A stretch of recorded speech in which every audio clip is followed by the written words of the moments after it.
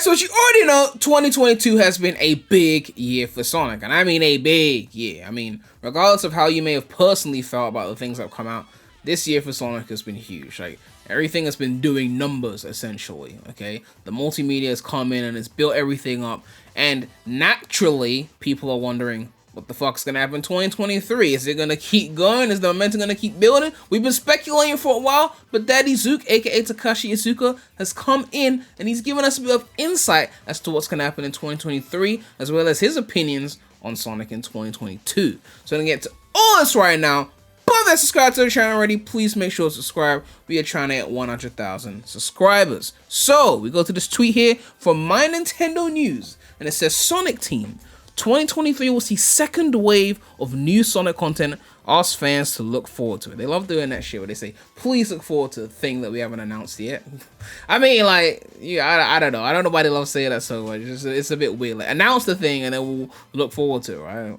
Look forward to the thing we don't know about. Anyway, we got here the article from My Nintendo News. And the source, by the way, is from here, not that. From here. You can see this from Famitsu. They got a bunch of like developers and shit.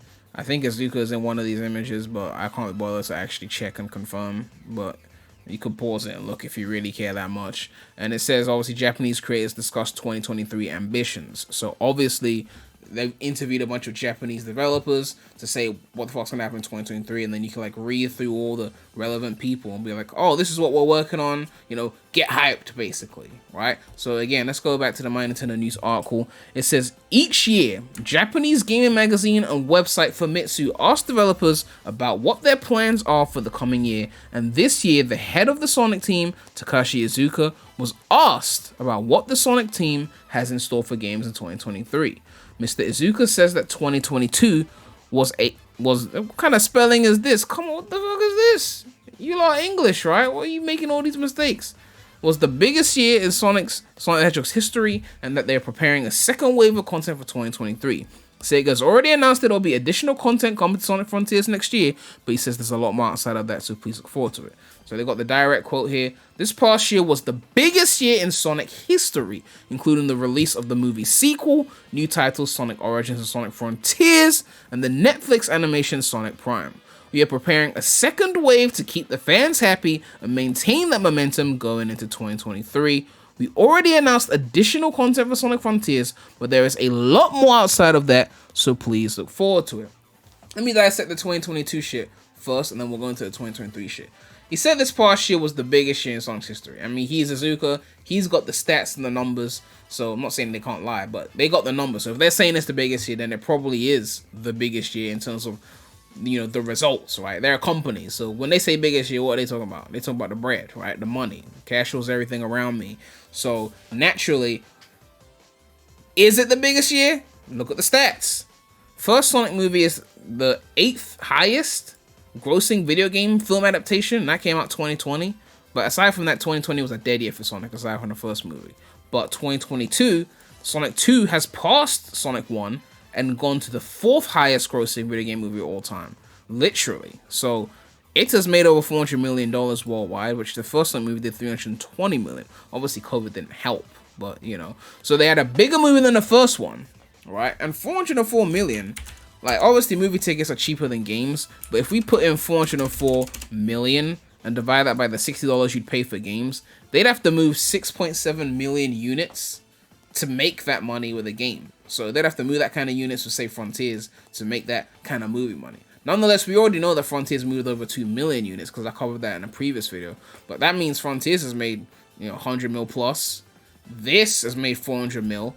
And then you got Origins, which people would have bought because it's the Precious Classics. Probably not doing their due diligence and realizing that there's no MJ on it or whatever the fuck. People still gonna cop because it's the classics, right? And I mean, you had the mission mode, which was fun. And then of course we had Sonic Prime, the Netflix adaptation, which is also doing numbers. So 4 things in a year: a movie, a TV show, a game, and a re-release. I mean, it is one of the biggest years of Sonic, right? I'm not gonna give my full opinions on how I feel about the year relative to other years. I did a video where I ranked all the years of Sonic up to 2021 because I released it last year, and obviously that was more of a personal opinion. It's not a size thing, but in terms of close years of size, I don't even know which years to go with. I mean, because the movies are so big, it's hard to compare at the end of the day. But even if we take out the movies, I guess big years would be the years where a lot of games came out. You know, for example, like the year Sonic 1 and Sonic 2 came out, obviously those were pack-in titles of the Genesis. So I'm guessing those would have been big years for Sonic naturally. Sonic 3 and Knuckles wasn't a pack-in title, so sold way less. But I'll say Adventure would have been a big year, you know. SA2, well, the Dreamcast is flopping SA2 years, so I don't know. And Heroes was a big multiplayer. But yeah, I mean, I think it's very hard for a year to compete with 2022 in terms of the size at the end of the day. And nothing was a flop. So there were issues at Origins, obviously. There were issues with, you know, shit like that. And Frontiers was obviously not perfect, but nothing was like, this flopped. 4 things, and they all succeeded to some degree. I get what he's saying. On the topic of 2023, they talked about the fact that it was going to be a big year, that they're going to keep fans happy and maintain that momentum. I'm glad they're finally doing this. I'm tired of these gap years, like 2020 was so dry outside of the movie. I'm tired that they're going to keep this momentum going. And the fact that they even clarified that they announced the DLC for Frontiers, and you know which DLC we're talking about if you don't already know about it, the 3 waves of DLC. Where's the image that shows the waves? They don't even show it here. But yeah, they had the 3. Oh, that's the old. That's not even the DLC article. But they had the 3 waves of DLC. You know what I'm talking about. And the fact that they clarified that and said there's a lot more outside of that, so please look forward to it, means that they've really got another game in the works. This is the only thing, right? Because we already know about the Knuckles spin-off show coming 2023, unless that got pushed back. So literally, we've got the DLC for Frontiers. We've got the Knuckles spin-off show. And I think the last 2 things, and obviously speculation, but the modern 2D game that Zippo mentioned ages ago, I think that's going to be one of them. And then the other one, being the 25th anniversary of Sonic Adventure, could be that re-release of Adventure. I don't think it's a remake. Well, maybe it's a remake. I don't know. But remaster, remake, whatever you want to call it. But yeah, I covered this 3 days ago. So it's possible that it's going to be like Idris Elba Knuckles spin-off show, Frontiers DLC, modern 2D game, Adventure re-release, maybe not a remake but a remaster, and that would be a pretty big way to continue the 2022 momentum, and arguably be a better year, to be fair, because if the Adventure remaster is actually good, you know, I'll prefer it over 2022 in a heartbeat. Let's be real. I mean, I always prioritize games over multimedia in general. Like, for me, the hierarchy goes, games is the most important for Sonic, TV show second, movies third, right?